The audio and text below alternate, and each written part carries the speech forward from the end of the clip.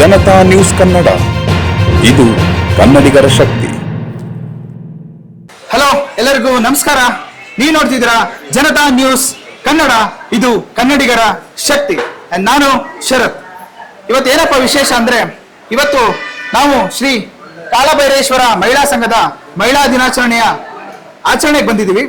ಇವತ್ತು ನಮ್ಮ ಜೊತೆ ಮುಖ್ಯ ಅತಿಥಿಗಳಾಗಿ ಬಂದಂತ ಸಿನಿಮಾ ನಟಿ, ರಂಗಭೂಮಿ ಕಲಾವಿದರು ನಮ್ಮ ಮೌನ ಮೇಡಮ್ ಅವರು ಇದ್ದಾರೆ. ನಮಸ್ತೆ ಮೇಡಮ್. ನಮಸ್ತೆ ಸರ್.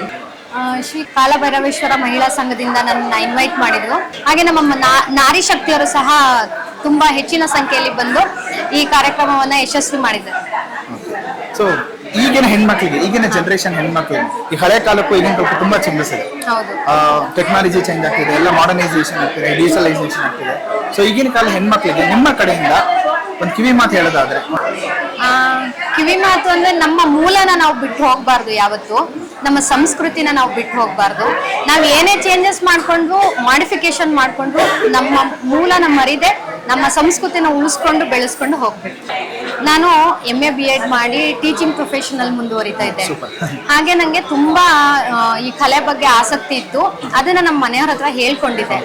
ಆವಾಗ ನಮ್ಮ ಮನೆಯಲ್ಲಿ ನಿನ್ನ ಆಸಕ್ತಿ ಏನಿದೆ ಅದನ್ನ ನೀನು ಮುಂದುವರ್ಸ್ಕೊಂಡು ಹೋಗು, ಅದ್ರ ಜೊತೆಗೆ ನೀನು ಹೆಸರು ಬೆಳೆಸ್ಕೊಂಡು ಒಳ್ಳೆ ರೀತಿನಲ್ಲಿ ಮುಂದುವರ್ಸ್ಕೊಂಡು ಹೋಗು ಅಂತ ನನಗೆ ತುಂಬಾ ಸಪೋರ್ಟ್ ಮಾಡಿ ಬ್ಯಾಕ್ ಬೋನ್ ಆಗಿ ನಿಂತಿದ್ದಾರೆ. ಸೊ ತುಂಬಾ ಜನಕ್ಕೆ ಈ ತರ, ನಾನು ಒಬ್ಬ ರಂಗಭೂಮಿ ಕಲಾವಿದ ಆಗ್ಬೇಕು, ನಾನು ಹೀರೋಯಿನ್ ಆಗ್ಬೇಕು, ನಟಿ ಆಗ್ಬೇಕು ಅಂತ ತುಂಬಾ ಕಲೆ ಕಡೆ ಆಸಕ್ತಿ ಇರುತ್ತೆ.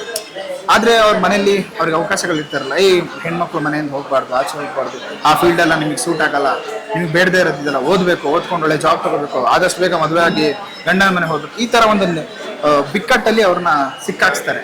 ಸೊ ಅಂತ ಒಂದು ಪೋಷಕರಿಗೆ ನಿಮ್ಮ ಕಡೆಯಿಂದ ಏನ್ ಹೇಳಕ್ ಬರ್ತಾರೆ? ಇಲ್ಲ ಸರ್, ಅದು ಒಂದ್ 4 ಗೋಡೆ ಮಧ್ಯೆ ಕೂಡ ಹಾಕ್ಬೇಕು, ನೀವು ಈ ಬಾವಿ ಒಳಗಡೆನೆ ಇರ್ಬೇಕು ಅಂತ ರಿಸ್ಟ್ರಿಕ್ಟ್ ಮಾಡೋದು ಪೇರೆಂಟ್ಸ್ ತುಂಬಾ ತಪ್ಪು.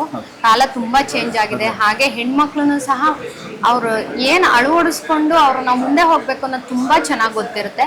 ಹಾಗಾಗಿ ಯಾವ ಹೆಣ್ಮಕ್ಳನ್ನು ನೀವು 4 ಗೋಡೆ ಮಧ್ಯೆ ಕೂಡ ಹಾಕ್ಬೇಡಿ, ಅವ್ರನ್ನ ಫ್ರೀ ಆಗ್ಬಿಡಿ.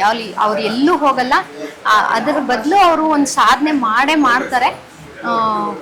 ಅವ್ರಿಗೆ ಒಳ್ಳೇದನ್ನ ಅವ್ರು ಕಂಡ್ಕೋತಾರೆ. ಧನ್ಯವಾದಗಳು.